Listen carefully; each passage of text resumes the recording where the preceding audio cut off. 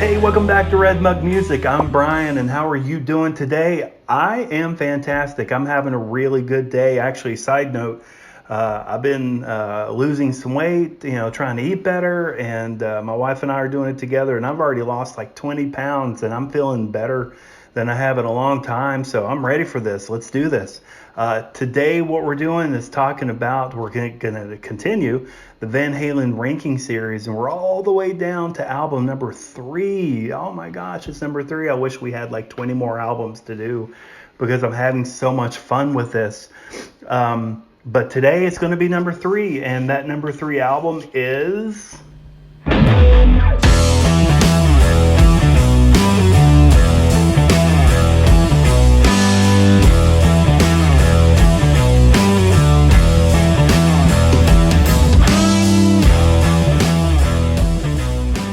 "5150." I know, again, I feel like every time I mention this album, people will be like, oh no, yeah, this is too high, this is too low, this sucks, you suck.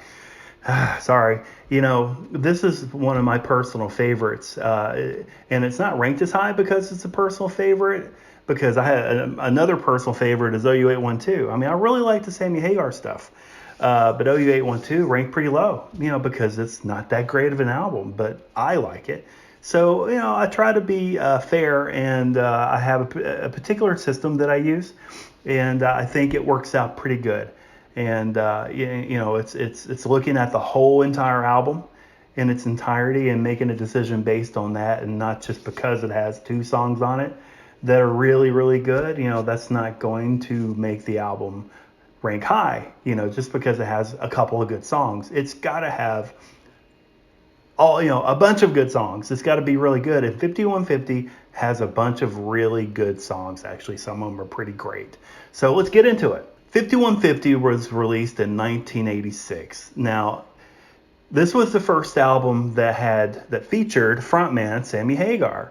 And then the very first album that did not feature frontman David Lee Roth. But if you really think about it, I mean, as much as we would have liked to see David Lee Roth continue on, and let's see what they could have done. Maybe a different kind of Truth would have been the next album to release after 1984, but we still got it. But the beauty of what happened is we got, as they say, the best of both worlds. We got Sammy Hagar singing with Van Halen, which put out a bunch of really good stuff, especially 5150. And then you had David Lee Roth doing his solo thing. He'd already done Crazy from the Heat, which was fantastic, too short of an album, if you ask me, but we loved it. And then Eat 'Em and Smile. So we really kind of got both, So this was a good time for Van Halen fans. If you were okay with Sammy Hagar, 1985, 1986, great times. So I'm not complaining. So anyway, this was the very first Van Halen album to top the Billboard 200. They hadn't done it before. And of course, this album did have a lot more radio-friendly hits. It was a lot more commercial sounding, and it appealed to a lot of new people. So Van Halen was reaching out and pulling in a much larger fan base. Now, I know a lot of David Lee Roth fans jumped off. This was it. This was the end of the train for Van Halen fans that like David Lee Roth. This was it. But for every one fan that jumped off the train, 2 more got on. So this wasn't a bad time. It wasn't a good time for some people, and it was a great time for others. But I enjoyed it. And this album went platinum in just a week. So this was a very successful album. So we can't say it wasn't a good album. It was a good album. All right. Well, let's get into the tracks. Let me talk about them and tell you like what I think about them, and I'll read off my notes here because it's just so much information. The first song is called Good Enough. Now, Good Enough, the Hello Baby, I wanted to do it like Sammy Hagar, but I don't want to make a fool of myself, but how it sounds. This was the most perfect, most justice doing intro for this album. Like, it could not have been any better. And then to spill into the song Good Enough, it was more than good enough. This was a great start to this album. The song starts and you just know it's going to be good. You know this is going to be good. We miss Dave, but this is good stuff. So we're paying attention. And then we got the next song called Why Can't This Be Love?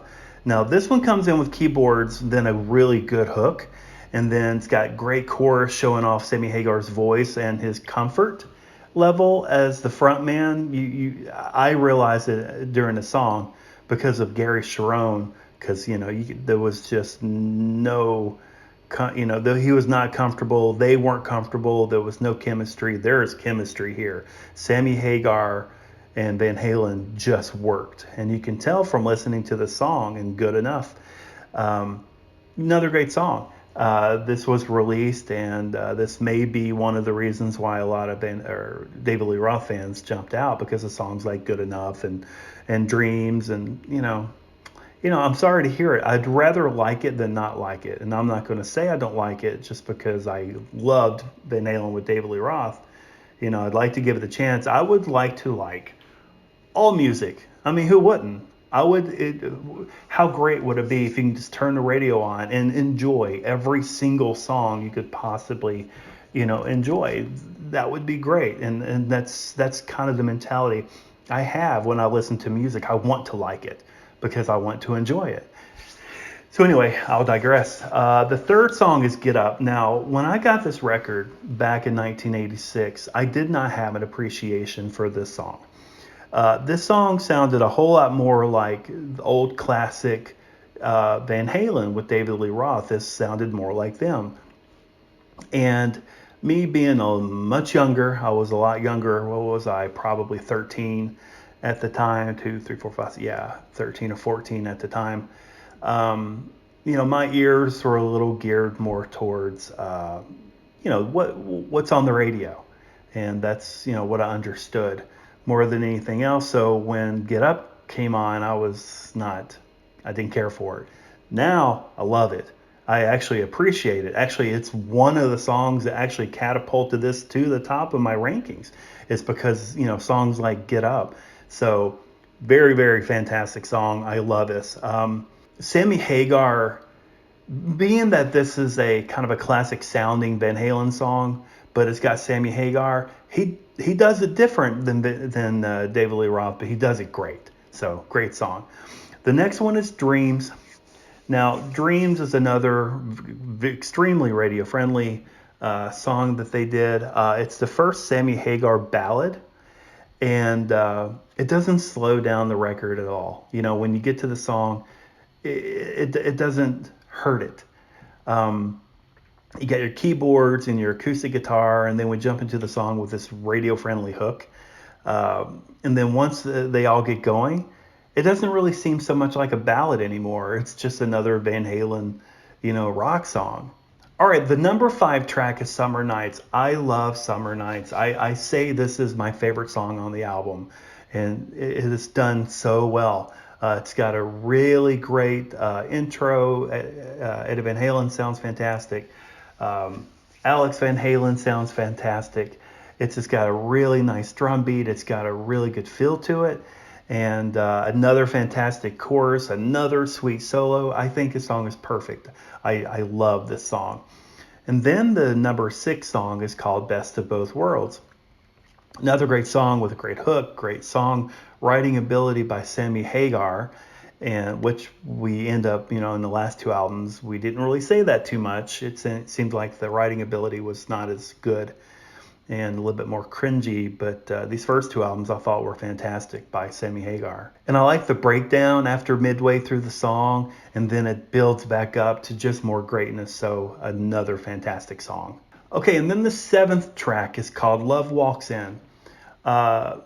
These ballads just work on this album. Sammy Hagar has a little bit more of a commercial sound to him, and he's got a really nice voice, and he's able to pull off these kind of songs.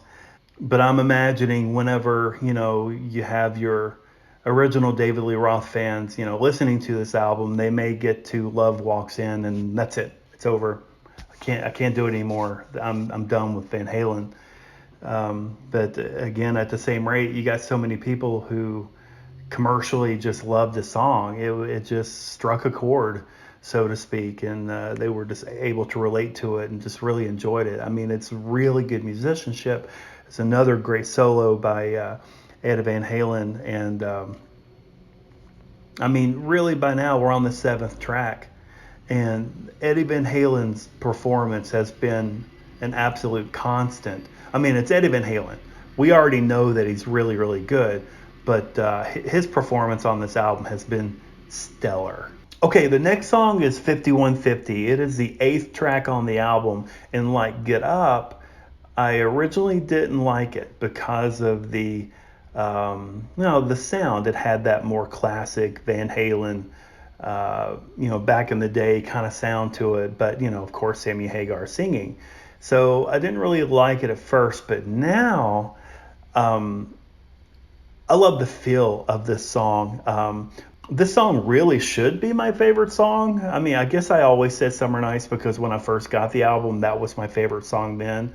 But now that I've got this new appreciation for this classic Van Halen sound, I almost think maybe 5150 is my favorite album. I mean, it's got a really good arrangement, great musicianship. I mean, everything about the song 5150 is great. Love this song. So anyway, I mean, I don't know if you've noticed by track 8, I love every track. Every one of these tracks are fantastic. And then we have the last track, which is Inside. Now, Inside to me kind of has that tongue-in-cheek, Van Halen, they're known to kind of have fun with some of these songs, and I think that's what they were doing here. It was more just having some fun, having a good time, and again, you get this idea that Sammy Hagar and the rest of the guys just click. The chemistry is fantastic. And but this song does sound a lot different from the rest of the album. Then you got Michael Anthony's bass after this quick keyboard intro is it's almost kind of mechanical. At first I was wondering if it was a keyboard, but I'm like, I'm pretty sure that's Michael Anthony playing the bass. It's just the sound that he's using. But it's a good bass riff, it sounds really super good. And then you got all the guys talking, and then, Sammy Hagar singing about how he got the gig with Van Halen, just having fun. And it's being playful, not to be taken seriously, but it ended up being a really good song. So that's the entire album, and it was all fantastic. It's different. It's not David Lee Roth anymore, it's Sammy Hagar. But we got a really good idea that what Sammy Hagar can do with this band is pretty good. And we're probably going to see some good stuff coming up, which, OU812 and Balance and For Unlawful Carnal Knowledge. Too bad there wasn't any more, but I'm glad David Lee Roth was able to come back and do his album. So basically my analysis is I love this album. Besides having some 45s from the 1984 album, this was the first album that I actually got. The entire album.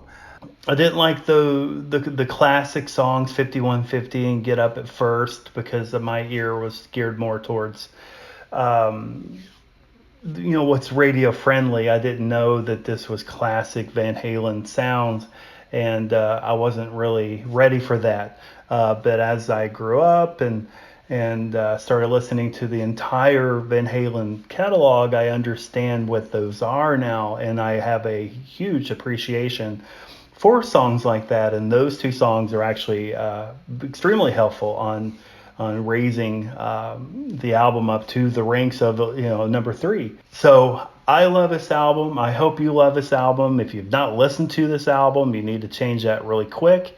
The only thing that I think this album needs is to be remastered. That's it.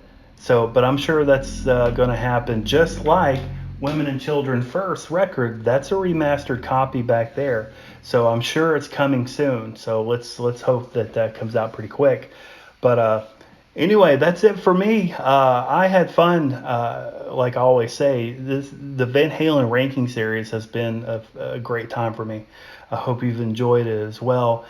But you're going to have to subscribe and click the bell so whenever I come out with next week's number 2 ranked album, you're going to be the first to find out. And also, don't forget about the subscriber giveaway where you have to be a subscriber. Then you have to comment on each of the Van Halen videos, which album you think is going to be number 1. So that's it for this week. Don't forget about my Instagram at Red Mug Music, Facebook, facebook.com/Red Mug Music, and also releasing my brand new website, redmugmusic.com. It's going to have all the information on there. There's going to be a blog based on my show notes for each of these albums. I'm also going to be able to help describe, what a reconstructed album is, and just a lot of great stuff over there.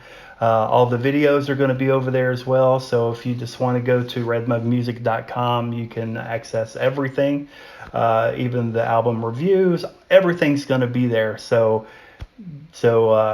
check that out, and stay tuned though, because next week the number 2 album is going to be revealed, so be sure you're there for that.